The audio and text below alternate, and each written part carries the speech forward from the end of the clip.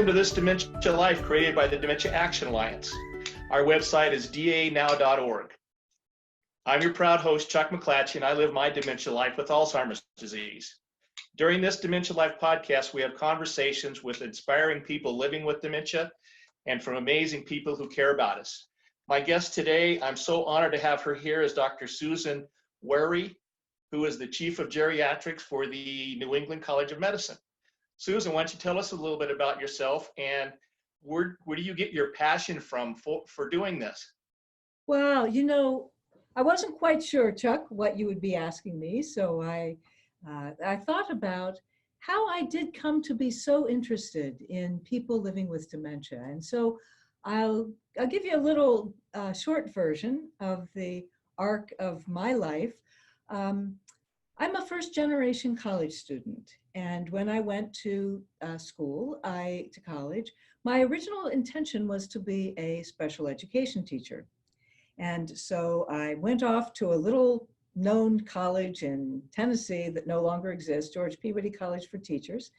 And while there, I encountered children with autism and had this feeling that perhaps rather than be a teacher, I would better serve by going to medical school. So I did a mid-course correction and returned to my home state of Kentucky, where I went to the University of Louisville, finished my undergraduate degree, went on to medical school. And in medical school, I had an opportunity to visit the National Institute of Mental Health as a young researcher. And while there, I was on a special unit for people living with Huntington's chorea who also had dementia. And I encountered some of the most interesting and compassionate scientists who were trying to understand not just about the disease, but also simply about how the mind works. And I love the brain and I love the mind. And so I made another course correction and said, you know what? I'm actually not that interested in working with children anymore. I think where my passion lies is with older adults. Now, flash forward and I go on to complete medical school. I decide to go into psychiatry and I find that my greatest pleasure is being around older adults. And then, of course, as a physician, encountering older adults, I'm encountering people who are living with dementia is one of the disorders that hits this age group, right? So what I learned over the course of my psych career, and I carried in with me to geriatrics, was kind of a feeling for and a commitment to, a passion for people who are kind of marginalized. And whether that was people with serious mental illness like schizophrenia, whether it was people with autism, whether it was people with developmental disabilities, whatever it was, I discovered in myself a kind of a strong passion for justice and wanting to, support people who hadn't perhaps had some of the breaks that I had had or didn't have some of the same fortunes. So one source of that passion is, in fact, kind of aligning myself with people who have been historically somewhat marginalized, okay? And so I think that's a thread. I think another source is that I just find people who live with significant challenges impress me. They just impress me. I think, what would I do in a similar situation? Would I have the same kind of optimism that I have as a person without dementia? Would I have the same kind of optimism and positive outlook and hopefulness as a person without schizophrenia as I find people with it? And so I've always been impressed, learned a lot by people who make a life worth living, even having been dealt kind of a rough hand, right? So I think I get my inspiration, I've always learned the most from my patients, and I get inspiration now from people I meet who are living with dementia. I have an academic interest in the way the brain works, the way the mind works. And so that's always been part of it. But I think at the end of the day, I don't know how easy it is to find the exact source of passion. I just know that there's certain kind of work that brings me joy. And so I keep doing it. Well, that's incredible. I'm very glad you do. When you talk about what happens to the brain with so many different types of dementia, and really none of them they have some things in common, but yet everyone is different and every person has that as different. How hard is that to, work with?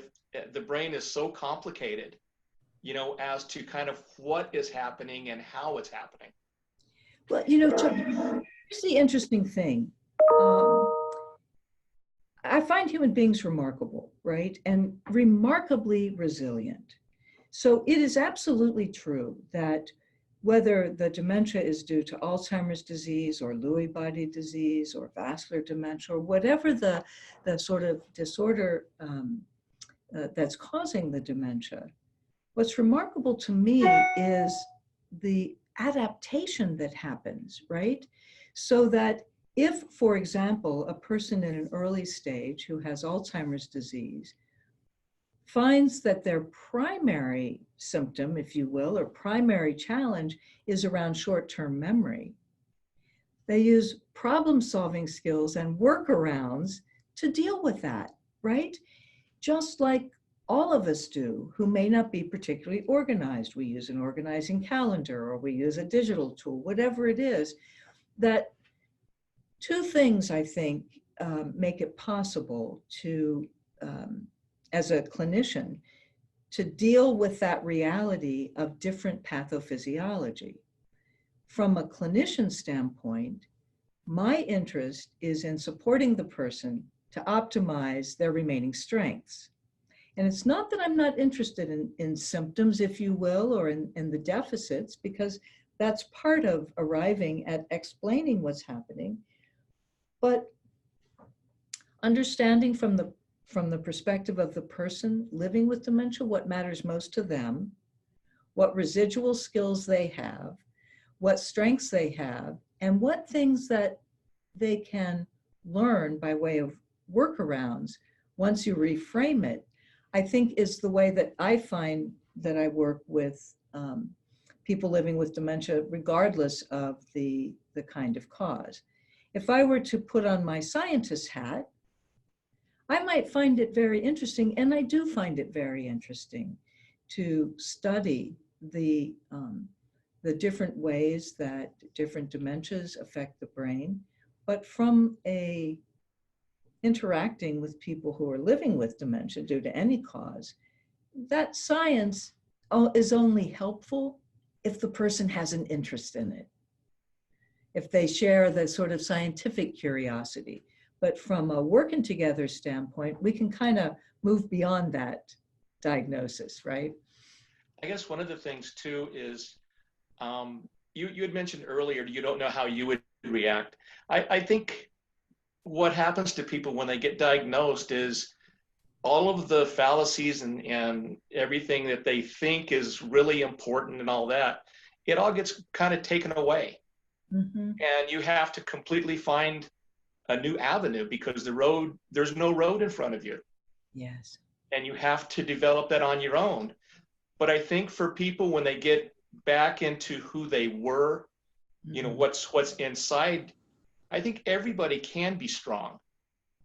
And I think that's the one thing I got from your lecture and how you talk. You enable people, and not talking at them and disabling people, because there's a big difference. There is a big difference, and I'm glad that came through in the talk that you heard me give, because I do think that that's the new wave in working with people who are living with dementia, is in fact enabling, supporting, changing even our language away from care and treatment, right? And And I know that you're right, that everybody has the capacity to be strong. I also know that life is sometimes very hard, and that that capacity can be temporarily overwhelmed. And I think what I always remind myself and remind other people is that there may be many days when you don't feel strong at all, you don't feel resilient, but that too shall pass, right? Even that setback, if you will, is temporary. And so I remind myself of those truths about the human condition. You know, it's so. I hope you're right. I think I did have a little, not a taste of living with dementia, but an experience of a fall a couple of years ago and requiring surgery. And that was my first experience with that whole aspect of healthcare. And I learned a great deal, not just about being strong, but about allowing myself to be dependent. And I realized something that you probably realized too, Chuck, that it's okay to need help. What you want to hold on to is being the one in charge of getting that help, of asking for what you want. So people are saying, what can I do? What can I do? And you say, I'll tell you. And do what I ask, not something you think would be good for me. And it was a really, really good experience in putting myself to the test of things that I teach about all the time, is that, you know, being dependent on others for assistance doesn't mean that you're now suddenly in charge. They're still in charge. And I got to do that. I got to practice what I preach. So The one thing that you said that's so important, I was always a person that did everything for myself. I was always helping other people, and I would never ask anybody to help. And that was probably one of the hardest things I had to learn, was to let people help me. That they, you know, they're more than happy to. But boy, getting past that sometimes is extremely difficult. And I think what you said, you know, about the conditions and stuff and how we can be taken out of who we are. And I think fear has a lot to do with that.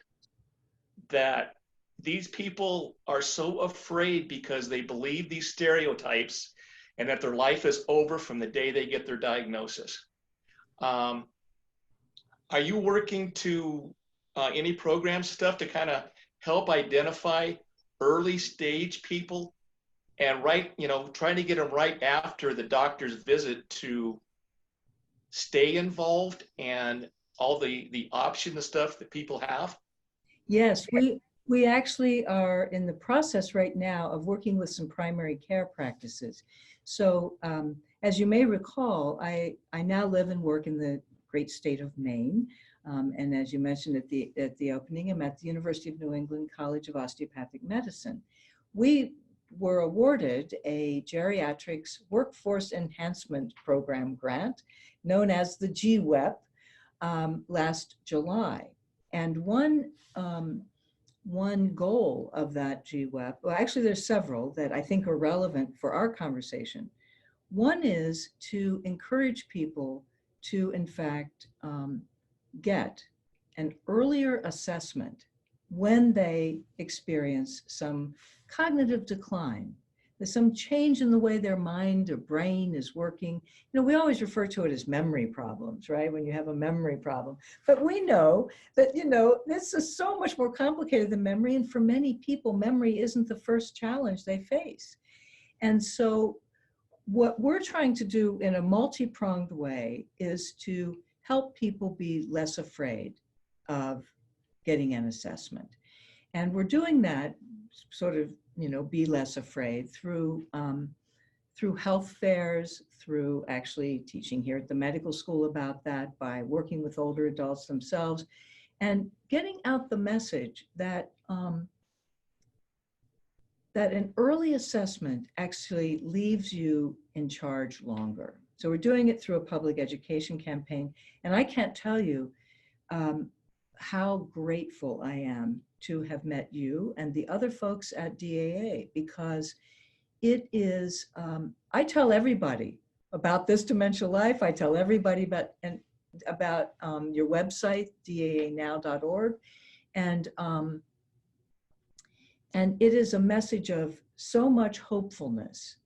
And I'm so glad that I found that you were out there, and now I'm telling everybody else. So that's one thing. In our grant, we are also helping primary care doctors make better use of the annual Medicare wellness visit. You know, one of the things that many primary care doctors have always said is, one, I don't know what to do if I find that I think somebody has dementia. Where can I refer them to? What do I tell them? It's not an area that people have training in. And so even though Medicare made it possible to have these early screenings, a lot of doctors aren't doing them. So we're working directly with primary care practices to try to encourage them to do some early cognitive screens. And then importantly, connecting them with local resources so that people know that they are not alone in this, and that that there's one, help and support available, but there are also people around that are pretty knowledgeable. And even though we may not always be able to make those connections quickly, that they're there, and that we want to assure both people who are newly diagnosed and their care partners that they're not alone. And I think this is important, Chuck. I'd be interested to hear what you think. We're also sending a message of there's no right immediate way to deal with your diagnosis. That's true whether we're talking about diabetes or cancer or anything else. I think sometimes in our zeal and our zest, we want to get people into support groups and hooked up to resources, but some people need some time to ponder. You know, they need to be silent. They need to reflect. They need to, wow, I got to take a deep breath on this one before I can get support, or before I even want to learn more.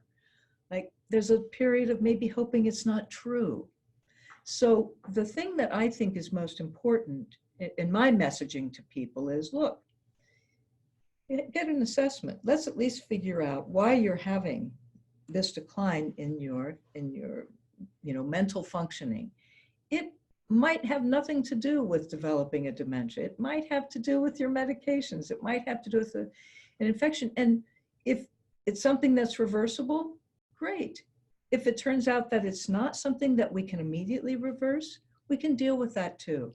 But it's sort of like, don't be afraid, because we got your back on this, and we're not going to make you go fast. I think in the early part of my career, kind of focusing on people with dementia, I did have a little bit of a temptation to be a bit of a zealot and, come on, I can support you in this, and, we'll do strength-based, and perhaps erred a little bit on the side of being too much of a cheerleader. But I'm so grateful for all that people I work with who have taught me, my patients, people who are living with dementia who aren't my patients, to remind me to let people disclose, learn, ask questions, find support at their own pace. But I never, however long or however slow or fast it is, they know I'm always there. So do you think that's true, that sort of letting people pace themselves is important? Oh, I think that is so important. And the way you put it was perfect, because I know when I got my diagnosis, as far as getting any information in the doctor's office, I was oblivious to it. I was just kind of in a different place. And it does take people an amount of time to kind of grasp what just happened to them. Yes. And that's so important to, maybe check up on them later and, start with, there's resources, you can do this and this, but do give them that period of time when, so they can be mad, they can be angry, they can be hurt, because you're going to go through all those emotions anyway. And a lot of people, they just need, let me just go sit in a quiet place and kind of gather, what's happening to me. And mine took probably about a month or so just to get to the point where I could do anything. Yes. Because you have all of those things going through your mind of, I'm going to die tomorrow. I'm going to forget who my wife is, tomorrow afternoon. By next week, I'm going to be in a care facility. And all of those things, and it takes time to be able to take all those thoughts and I have my door. So I kind of put them behind the door. Mm-hmm. And once I get the door closed, then I can work on something else. And when I work on something else, that door is going to come open a lot in the beginning. And all of those things are going to rush back in. But if you're able to talk about them from that point forward, it really does help. But you're right, there has to be that period of time to let the person kind of absorb what's happened to them. Yeah. Because they may have a family, they may be younger, still employed, this, that, their wife might be sick, so there's a lot of things that individuals have to deal with. And I think that period of time is extremely important. Yes, I do too. So thanks for confirming that. I mean, I think that that's been my experience as well. And it will be different for everybody, right? In terms of, because we were talking before about, how kind of deep down, that's the way we talk about it, right? Deep down, humans are strong, and deep down, humans are resilient, and we maintain that humanity, right? But the other thing about humans is that when we get news, let's call it bad news, so many of us go towards that catastrophic. You hear, oh my gosh, I've just been diagnosed with dementia due to Alzheimer's disease. And it's just like you said, I'm going to be in a nursing home as if it's tomorrow. And the brain is tricky that way, whether you have Alzheimer's disease or not, right? We go to that worst case scenario. And, it probably has something to do with the evolutionary drive of our brains. It's sort of got a plan for what's coming, but it's really important then to be able to back up from that and say, yeah, maybe, but that's like way in the future. And what are we dealing with right now?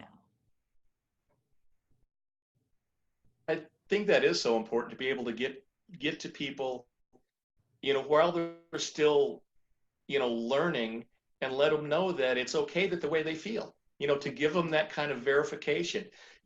Take as long as you need, feel exactly how you want to feel. If you want to cry, cry.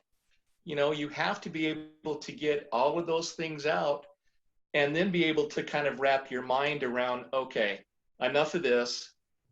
Now it's time to do something about it. What is there I can do? And I think too many programs, they kind of specialized in the caregivers, and the people who have the latter stages, but the people that have the early stages, if there was some incentive to get tested, and to get a diagnosis early, there's a lot they can do about it. And that seems to be something that very few people talk about. What's interesting to me, I think that you're right. It's not been a focus, although I do think that's changing. I think the Alzheimer's Association certainly is changing to be part now of the whole CDC, Center for Disease Control, emphasis, right, on taking a public health approach to dementia and say, this is actually a pretty widespread phenomenon, like the flu or like something else, right? This these changes impact a lot of people. So if we look at it from a public health standpoint, you know, we begin looking in terms of screening and early diagnosis, but we also look in terms of educating and empowering. And empowering people is more effective in the early stages. So I think that CDC message is out there. I think the Alzheimer's Association is partnering with them to say, whoa, we got to move upstream here a little bit and start looking at people pre-diagnosis, at the time of diagnosis, early stages, and see how we can best, you know, serve and work in that situation. Here's what I find interesting about this. I talk to a lot of family members, adult children, spouses, people who may become care partners at some point. And they'll often say to me as the doctor, you know, when mom comes in, she's going to put her best foot forward and she's going to try to pull the wool over your eyes, but we think she's in denial. And I always say to them, well, good for her.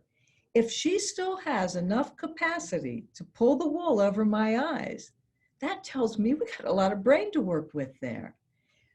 Don't always see denial or workarounds in this negative way.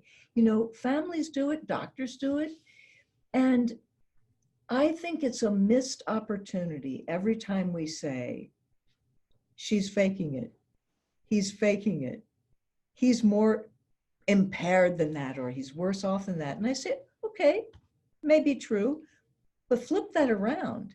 If he can fool me, then he's got a lot to work with, right? Because I see a lot of people like this. So I think these, our human adaptations to receiving a diagnosis, and in this case, receiving a diagnosis of dementia due to something, causes tears, anger, withdrawal, jumping in. Some people jump in, they want to read everything they can. Other people don't want to know anything. We're all very different, but what is in common about that is an adaptation. And one adaptive strength is denial. And so I think we have to educate all of us to have a little bit more, what do I want to call it? Compassionate inquiry or curiosity simply about, hey, how are you dealing with this? Rather than behaving towards people as if there's a right way to deal with it. Don't use denial. Don't do, denial is a great tool, as you said, for as long as you need it. And then there's a time when it's time to move on. So I honestly think these messages are starting to get out, and you know, there are a lot of people to credit, but right now you guys are getting all my credit. It's funny you said that, because I've seen people in denial, and I think it is part of their coping mechanism. Mm-hmm. That, no, I'm fine. And maybe it's not, you know, the best way to go about it, but maybe that's the only way that person can go about it. You know, because it goes back down to kind of who you are inside. Yes. And when all that gets ripped apart, you're going to do, your mind is going to do things to self-preservation, as it kind of comes down to. And if it scares you that much, you may not even be able to think about what's actually happened until you kind of go through the acceptance phase, which can take a long time. Mm-hmm. You know, to get to the point where it says, okay, well, I have this now. Now where do I go? It's like coming to a crossroads, you know, and you're standing at the crossroads, and you can either go this way or this way, and it's strictly up to you, you know, because when you deal with people with denial, it seems like the more that you try to correct them, the deeper in denial they go. So you're kind of playing right into them. Absolutely. Yeah, absolutely. You nailed it with that insight. You know, if people are in denial, they're in denial for a reason. And if you keep trying to take it away from them, they're just going to hold on to it that much more. May I tell you a little fable? Sure. I remember something from my childhood. I was recently telling a friend about this as we were walking along the beautiful beach here in Maine, and it was a very, very windy day, and so I was tugging my coat around me, and it reminded me of this childhood story, probably an Aesop fable, I don't know, but the wind and the sun are having a battle, and the wind is saying, I am more powerful, and the sun goddess is saying, oh, you think so? No, I am. And the wind god is blowing, and everything is going about, and they have this little bet. And the wind god says, all right, I'll put it to the test. I am going to make that traveler take off his cloak. I will blow it right off. And so the traveler in this little children's book is, you see him walking down the road with his long cape, and the more the wind blows, the more he wraps his cape around, and the wind god cannot get it off. And the sun goddess comes out and says, let me try. And shines the sun, and it gets warmer, and the traveler starts loosening his coat, and he eventually takes it off, and the warmth of the sun. And I think of this so many times when I hear people trying to get somebody to face something. I think, they'll face it. Let's warm them to the idea. In their time, their pace, their story. So anyway, thanks for indulging that story. It came to my mind. I thought I'd share it. Oh, that was great. I could go on talking to you for a couple more hours. We want to keep it about 30 minutes or so. Any last messages for, I like to say that, you know, this might be the first video that somebody sees, you know, that is trying to deal with maybe a caregiver or somebody that just got, what would you say to them? Oh, it's hard for me, as you can see, Chuck, to be pithy. That's why I tell long stories. But what would I say? I would say that living well with dementia is possible. It's a reality. It's not rose-colored glasses. It's not false hope. The truth of the matter is that there is a way to live to make the most out of life, regardless of what hand you've been dealt. There are people who know this. There are people who have been through it. There are people ready to support, and there are people ready to back off and to support in your own time, in your own way. And for care partners, for people living with dementia, I don't think you could find a better friend, frankly, than Dementia Action Alliance. And so a message would be, check them out and see if their information and the people who are there are people who could support you. I guess those would be my closing thoughts. That is awesome. I want to thank you so much for taking the time. It's really been a joy. Thank Dementia Action Alliance for their support. On behalf of This Dementia Life, I would like to thank you for joining us.